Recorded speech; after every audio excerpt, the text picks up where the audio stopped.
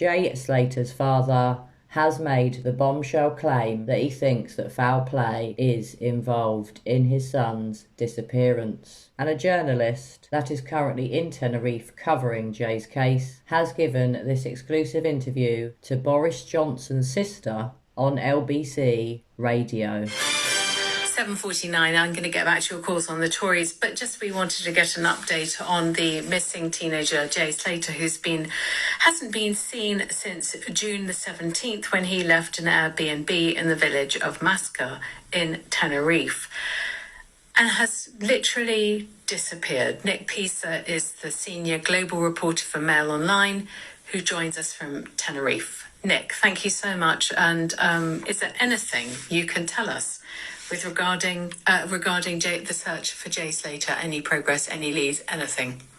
No, well, all we know is last week the police officially ended the search for him. They spent the best part of 2 weeks looking for him and came up with nothing. And they announced that they weren't going to be searching that valley up near Masca any further, but they said they were open to any leads and the investigation was still open. Yesterday, I can tell you that his father, Warren, was up there, as was his uncle, Glenn, and there were a few local hikers up there as well. And they spent the entire day up there. They were up there from about 9:30 till about 4:30, in pretty extreme temperatures. It was very hot up there yesterday. It was about 25 degrees. There's no shade or anything. It's very exposed. It's very treacherous conditions up there. And they came down and they spoke to us as we were waiting there, and they were just saying the search still goes on, and we still have hope that we will find him and he will return home to Oswald Twist in Lancashire, where he lives. It's a mystery that's gripped many people. Have they been using drones, helicopters, trying to search, little chasms and gullies and abysses as well?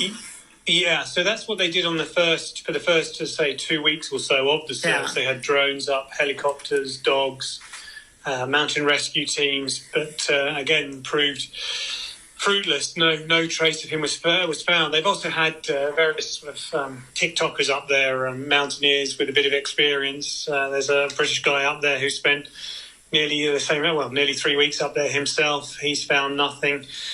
And I say, it's just a complete mystery. You have to. I mean, we did a little bit of this. Myself and a colleague did a little bit of the trail yesterday ourselves, and because they think that's where his phone pinged the last time, and it's just really unforgiving. And you do have to wonder, really, did he really come this way? It's all very bizarre because that trail just peters out into nothing after about a mile and a half, and as I say, it's really unforgiving. There's cactus bushes everywhere, there's boulders, it's slippy, there's sheer drops as well, and like I say, I just can't picture a 19-year-old guy going through that terrain. It just strikes me as odd.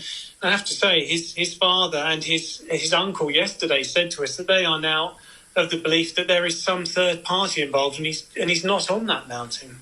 And is there any way he could have got off the island and this not be detected via admin or CCTV? Well, there is possible. There are loads of conspiracy theories knocking around on social media. It's just a complete whirlpool of speculation and theories, and amongst them is this one that possibly he was taken off the island and allegedly faked his own disappearance and might resurface again in a few weeks' time. I find that very hard to believe, but that is one of the theories that's not around. But this was his first holiday alone. I mean, it seems odd that he would do a John Stonehouse, given that this was his first time he'd been abroad on his own. Well, this is his first holiday with his friends, apparently. His father said it was his first holiday abroad with his friends, and he was really looking forward to it, and they described him as the life and soul of the party, and he was enjoying himself. He'd been to a 3-day festival that was here in Tenerife called the NRG Festival, the New Rave Generation Festival.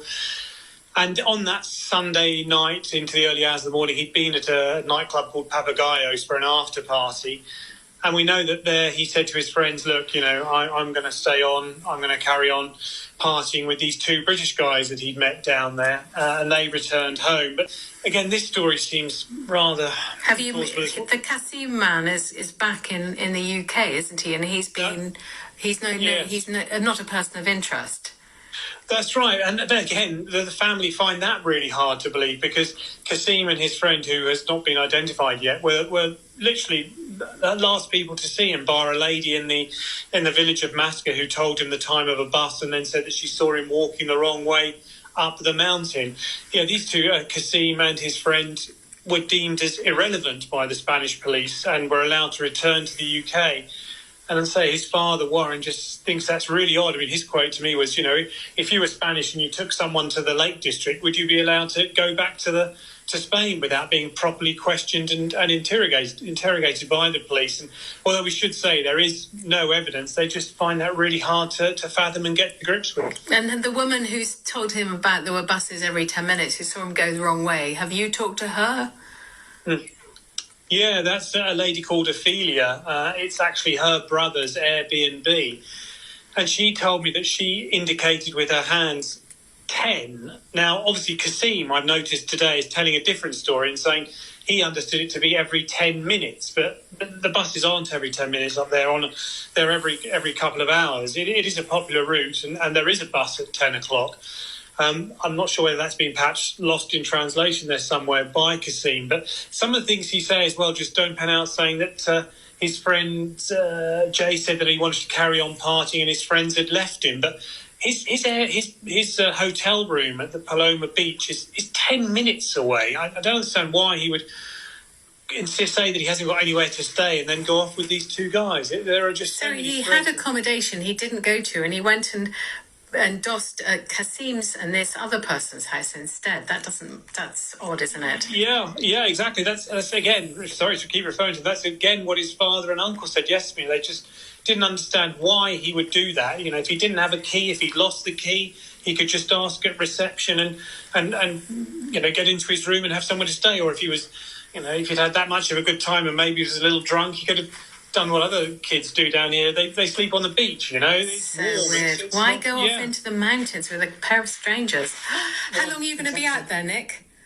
Good question. Well, until the boss says so. Really, it's been we're nearly 3 weeks now. So, well, you feel as if you're part of. I mean, we've spoken to the family quite a bit, and the family are asking us for help. So you just want to do all you can to help. I bet you do. You must feel absolutely demented, but not nearly as demented as poor Jay Slater's family. Thank you so much, Nick. Do you think that foul play is involved in Jay's case? As I have to say that I do. There are just too many red flags in this missing teenager's case. It's all so bizarre, and there are a lot of dodgy players. For example, Lucy and Brad, Jay's so-called friends. They don't seem like very good friends to me, and they both seem very, very dodgy. Clearly, Jay's family feel like the majority of the general public, that something does not add up and that Jay's case just doesn't make sense. Has Jay come to harm? Could he have been killed? Could he have been kidnapped?